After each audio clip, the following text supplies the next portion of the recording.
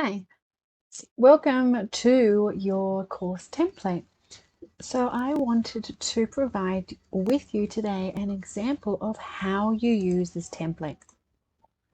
To be able to effectively use it, we have instructions here of what each section means and some tips, along with YouTube video links to be able to learn more about learning outcomes, learn more about competencies.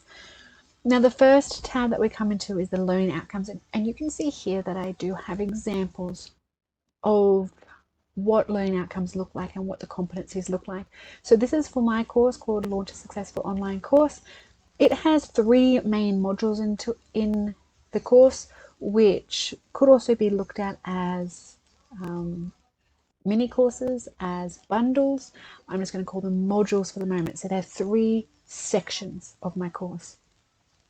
Now, each of these sections have between 3 to 5 learning outcomes each. I've just put 3 for each one here. So these outcomes, what's really important here is that I'm breaking down the course topic, I'm breaking down this module, and I'm saying, well, what do my students need to do? What are the steps they need to get through to reach the overall goal? Now, that is with having an understanding of who my students are, where they currently are, and what their overall goal is, I'm able to write those learning outcomes down. What you may notice is that each of the outcomes start with a particular verb. And this is what I strongly suggest. Now, once you've written these learning outcomes down, once you've brainstormed them, which you may very well do on a piece of paper, you might find that it's more useful to write them down first on post-it notes, on rough pieces of paper, on a whiteboard, on a window, wherever it may be. Your brainstorming stage may happen well before you get to this template.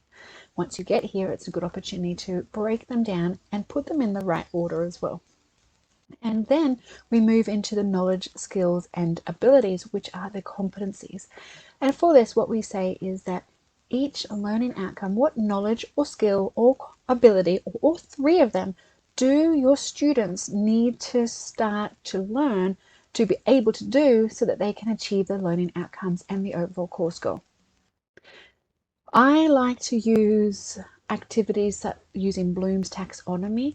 You can Google Bloom's taxonomy, where you can get examples of the different types of verbs that fall within the categories of knowledge, skills, and abilities.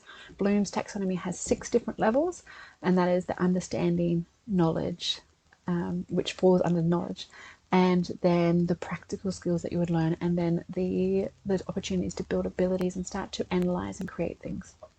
For this example, we're breaking them down into 3. So the 6 Bloom's taxonomy, you can say the first 2 is knowledge, the second 2, so 3 and 4 are skills, and 5 and 6 are abilities. Once you have broken all of these down is when I recommend you move to the course outline part 1. And this is where you start to say, we start to go another level down and say, for my students to be able to learn the knowledge, skills, and abilities, what types of lessons, activities, and assessments do I need to provide?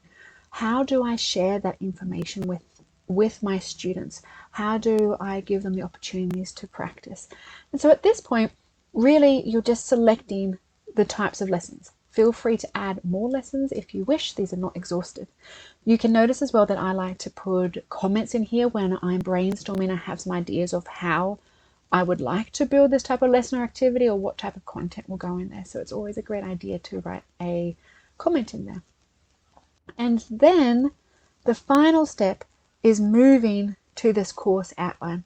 And here is where I'm taking my course outline part 1, and now I'm finally putting them into an entire order, where I'm saying, what does my course look like? What does the journey look like for my students?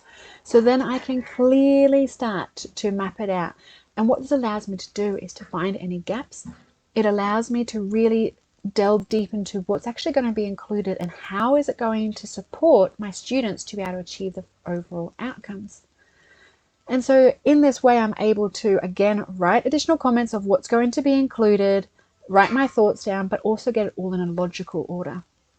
Now, you should be doing this at each level of creating a course. So whether you're creating a short workshop that goes for a couple of hours, if you're creating a short course over several days, as you start to go through the design, create, and launch phases of course creation, this is the designing phase, right? So I do this when I'm creating something small, such as a workshop, an hour and a half workshop.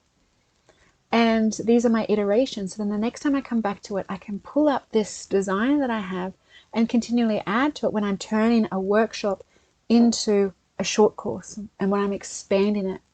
So you may have heard me say multiple times that you can pilot your course idea. So at this point, I might say, well, I'm only going to really focus on this section, the first section, because that's what I'm going to pilot in a workshop. And then I'll start to build on top of it. What I'm trying to say is this course that you see here that I have done, this full-blown course that I have done, was not where I started on this particular course idea. This has come over more than a year of talking to students, learning from them, delivering one-on-one client sessions, and then building short workshops, short courses. And now I've got to the point where I'm building my signature course. And I'm not starting from scratch because I've gone through these processes. I've designed, I've created, I've launched, I've collected feedback, and I've designed, created, and launched. Again, the same thing where I'm building the versions up and up and up until they're getting bigger and bigger. So don't spend too much time in here. This is what you're seeing now is something over a long time, a long period of time after many iterations. But that is an introduction into how to use this template. And I encourage you to do that before we work together in a workshop, before we work together in a one-to-one capacity, is to at least get into this template and start to have an idea, a feel of how to use it so that when we do work together, we can really jump in and get the best use out of it. If you have any questions, you know how to reach me. That's all for now. Thank you.